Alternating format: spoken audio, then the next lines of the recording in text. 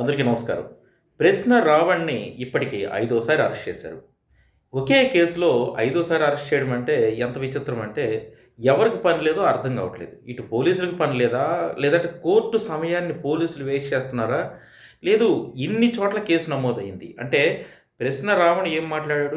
ఎలా మాట్లాడాడని తర్వాత మాట్లాడుకుందాం. కానీ ఒకే కేసు మీద 30 చోట్ల కేసు పెడితే ఒకే ఇష్యూ మీద ఇప్పటికి 5 సార్లు అరెస్ట్ చేశారు. అంటే ఒకే కేసు మీద ఒకసారి బెయిల్ వస్తే ఇంక ఆ కేసు ఎక్కడా చెల్లదనేది చాలా సామాన్యుడికి అడిగినా తెలిసిపోతుంది. కానీ ఈ పోలీసు యంత్రాంగానికి తెలియట్లేదనేది నా ప్రశ్న. ఇక రెండోది పోలీసుల్ని ఎవరైతే మానిటర్ చేస్తున్నారో పోలీస్ బాసులకు డీజీపీ దగ్గర నుంచి కింద స్థాయి అధికారుల వరకు ఈ విషయం తెలీదా? హోంమంత్రి గారికి ఈ విషయం తెలీదా? అంటే ఒకే కేసు మీద పదే పదే అరెస్ట్ చేస్తున్నారు అంటే సరే మీకు కక్ష సాధింపు చర్య ఏదన్నా ఉంది అంటే ఓకే. కానీ విలువైన కోర్టు సమయాన్ని వేస్ట్ చేస్తున్నారనే విషయాన్ని అర్థం చేసుకోవాలి. లేదు ఈ కేసు నిలబడుతుందంటే మొదటి కేసులోనే బెయిల్ రాకుండా ఉండాలి. కానీ ఇలా అరెస్ట్ చేసుకుంటూ పోతే ఎంతమంది పోలీసులను, వందల మంది పోలీసులను ఒక ప్రశ్న యూట్యూబర్ కోసం కేటాయించడం అనేది అడ్మినిస్ట్రేషన్‌లో ఏం జరుగుతుంది? ఎన్ని క్రిమినల్ కేసులు, ఎంత క్రైమ్ పెండింగ్‌లో ఉంది? వీటన్నిటిని వదిలేసి ఒక యూట్యూబర్ చేసినటువంటి ఒక సభలో వ్యాఖ్యల కోసం ఇంత టైం వేస్ట్ చేయడం అవసరమా? ఇక రెండోది ఒక్క యూట్యూబర్ కోసం ఇంతమంది పోలీసులు గూడగట్టుకొని ఎక్కడ పడితే అక్కడ అతన్ని వెంటాడి అరెస్ట్ చేసి విలువైనటువంటి సమయాన్ని వృధా చేయడం, కోర్టుల సమయాన్ని వృధా చేయడం అనేది చాలా దారుణం అనేది నా అభిప్రాయం. ఇక హోంమంత్రి గారికి, డీజీపీకి అదే ఉన్నత అధికారులు కూడా దీని మీద దృష్టి పెట్టాలి. దృష్టి పెట్టకుండా అరెస్టులు చేసుకుంటూ పోతే ప్రజల్లో చులకనయ్యేది చివరికి పోలీసులే. ఈ విషయాన్ని అర్థం చేసుకుంటారనేది నా అభిప్రాయం. ఇక రావణ్‌ని ఎందుకు అరెస్ట్ చేశారు? అరెస్ట్ చేయాల్సినటువంటి పరిస్థితులు ఏమిటి? ఎందుకు ఇలా జరుగుతుందనేది మనం మాట్లాడుకుందాం ఈ వీడియోలో. ప్రశ్న అనే యూట్యూబ్ ఛానల్ పెట్టి పవన్ కళ్యాణ్ అభిమానిగా చాలా ప్రశ్నలు వేస్తూ వచ్చాడు. ఎందుకంటే పవన్ కళ్యాణ్ గారు పార్టీ పెట్టినప్పుడు మొదట అందరూ కూడా పవన్ కళ్యాణ్ ఫాలో అయ్యారు. ప్రశ్నించమంటున్నాడు ఈ ప్రజాస్వామ్యంలో అని. చాలా ఆకట్టుకున్నాడు. ఆయన టేకప్ చేసినటువంటి ఇష్యూస్ కానీ అన్నీ కూడా చాలా బాగున్నాయి పవన్ కళ్యాణ్ గారు. కానీ రాను రాను ఆయన పార్టీలతో పొత్తు పెట్టుకున్న తర్వాత ఆ పార్టీ ఎజెండాలని ఇక్కడికి తీసుకురావడం కోసం ఆయన రూట్ మార్చుకున్నారు. ఓకే, తప్పు కాదు. అది ఆయన ఇష్టం.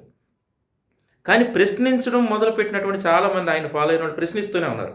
అందులో యూట్యూబర్ రావణ్ ఒకడు. తన పేరు రావణ్‌గా మార్చుకొని యూట్యూబ్ చేస్తున్నాడు. యూట్యూబ్‌లో చాలా మంచి ఫాలోయింగ్ ఉంది. పవన్ కళ్యాణ్ గారు ప్రతిపక్షంలో ఉన్నప్పుడు చాలా దారుణమైన వ్యాఖ్యలు చేశారు. అంటే ఇప్పుడు నేను మాట్లాడలేనట్టు వ్యాఖ్యలు. ఇప్పుడు ఆ వ్యాఖ్యల కోసమే జోసెఫ్ అలియాస్ రావణ్‌ని అరెస్ట్ చేశారు. అయితే పవన్ కళ్యాణ్ గారు చేసిన వ్యాఖ్యలే నేను మాట్లాడుతున్నాను అని జోసెఫ్ మొన్న ఏలూరులో జరిగినటువంటి ఒక సభలో అవే మాటలు మాట్లాడాడు. ఇప్పుడు ఆ మాటల కోసం ఇతను మత విద్వేషాలు రెచ్చగొడుతున్నాడని పిఠాపురం అంటే ప్రతి చోట దాదాపు 30 చోట్ల జనసేన కార్యకర్తలు, పవన్ కళ్యాణ్ అభిమానులు కేసులు పెట్టారు. ఈ కేసుల మీద అరెస్ట్ చేస్తూ ఉన్నారు. మరి ఈ వ్యాఖ్యలు ఇతనే చేశాడా? అంతకుముందు పవన్ కళ్యాణ్ చేశారా? పవన్ కళ్యాణ్ చేసిన వ్యాఖ్యలన్నీ కూడా యూట్యూబ్‌లో హల్చల్ చేస్తున్నాయి. ఆ వ్యాఖ్యలే ఈయన కూడా చేశాడు. నేను క్రాస్ చెక్ చేసుకునే ఈ వీడియో చేస్తూ ఉన్నాను. సో పవన్ కళ్యాణ్ గారు ఇంతకంటే ఘాటుగా, ఇంతకంటే ఫోర్స్‌ఫుల్‌గా గతంలో మాట్లాడారు. ఇప్పుడు రావణ్ మాట్లాడిన మాటలు కూడా నేను పవన్ కళ్యాణ్ గారి మాటలే రిపీట్ చేస్తున్నానని చెప్పి మాట్లాడాడు. సో ఇప్పుడు అరెస్ట్ చేయాల్సింది ఎవరిని? రావణ్‌ని అరెస్ట్ చేశారు. మరి ఈ వ్యాఖ్యలకు మూలం ఎవరు? పవన్ కళ్యాణ్ గారు కదా! మరి పవన్ కళ్యాణ్ గారు గతంలో చేసిన వ్యాఖ్యలకి అప్పుడు వైసీపీ ప్రభుత్వం స్పందించలేదు అంటే వైసీపీ ప్రభుత్వం చేతగానితనమా? లేదు ఇప్పుడు ప్రభుత్వం చేతనైనతనం అయితే రావణ్‌తో పాటు మరి పవన్ కళ్యాణ్ గారి మీద కూడా కేసు పెట్టాలి కదా! సో సరే ఈ ఇష్యూస్ అన్నీ పొలిటికలైజ్ అయిపోయినాయి. రావణ్ మీద కక్ష సాధింపు జరుగుతుందనేది క్లియర్. అటు అధికార పక్షానికి తెలుసు, ప్రతిపక్షానికి తెలుసు, మాలాంటి వాడికి కూడా తెలుసు. కానీ కక్ష సాధింపు అంటే ఇందులో బలయ్యేది ఎవరు? పోలీసులే కదా!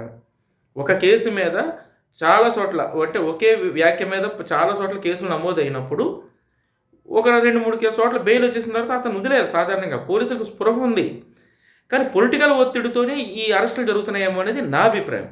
ఎందుకంటే ఐదోసారి అరెస్ట్ చేయరు కదా! పోలీసులకు కొంచెం బుర్ర ఉంటుంది, బాగా మంచి నాలెడ్జ్ ఉంటుంది. ఇలాంటి క్రిమినల్ కేసుల్లో ఎలా హ్యాండిల్ చేయాలి, ఎలాగా క్రిమినల్స్‌ని ఎలా హ్యాండిల్ చేయాలి, పొలిటీషియన్స్‌ని ఎలా హ్యాండిల్ చేయాలో పోలీసులకు తెలిసినంతగా ఎవరికీ తెలీదు.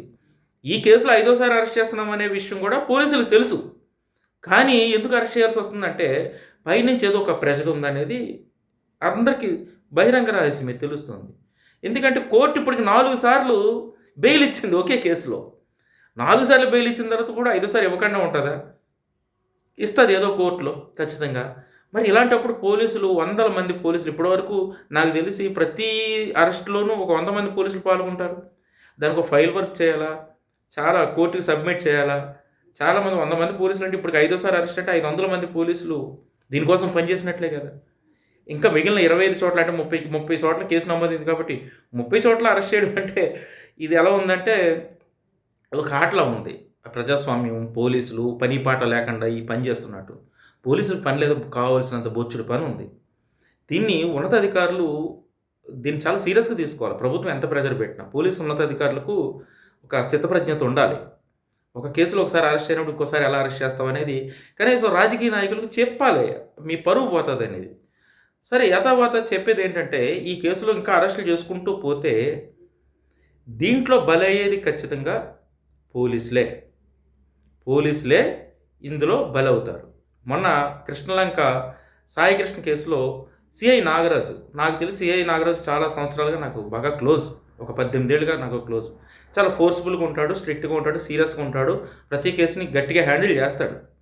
మరి అలాంటి నాగరాజు, సిఐ నాగరాజు జైలుకి వెళ్ళాల్సిన పరిస్థితి వచ్చింది. ఇప్పుడు ఎవరి ప్రెషర్ మీది ఆ సాయికృష్ణ ఇన్సిడెంట్ జరిగింది? పోలీసులే కదా బలయ్యారు. ఇప్పుడు జరగబోయే ఇన్సిడెంట్స్‌లో కూడా పోలీసులే బలవుతారు. ఇది గుర్తుపెట్టుకోవాలి పోలీసులు. ఇక పొలిటికల్‌గా ఆలోచించాలంటే అటు రాజకీయ నాయకులు రావణ్ యొక్క వాల్యూని పెంచుతున్నారు. కూటమి ప్రభుత్వం రావణ్ యొక్క ఇమేజ్‌ని పెంచుతున్నారు. అంటే ఈళ్ళ ప్రభుత్వంలో ఇమేజ్ పెరగకపోయినా ప్రతిపక్షంలో ఇమేజ్ పెరుగుద్ది కదా! జగన్‌ని అభిమానించే వాళ్ళందరూ కూడా ఇతని ఇమేజ్ పెంచుతారు కదా! పెంచుకుంటారు కదా! ఇతను ఓన్ చేసుకుంటారు కదా! అప్పుడు నష్టం ఎవరికి? రావణ్ అనేవాడిని వదిలేస్తే ఏమవుద్ది ప్రభుత్వానికి?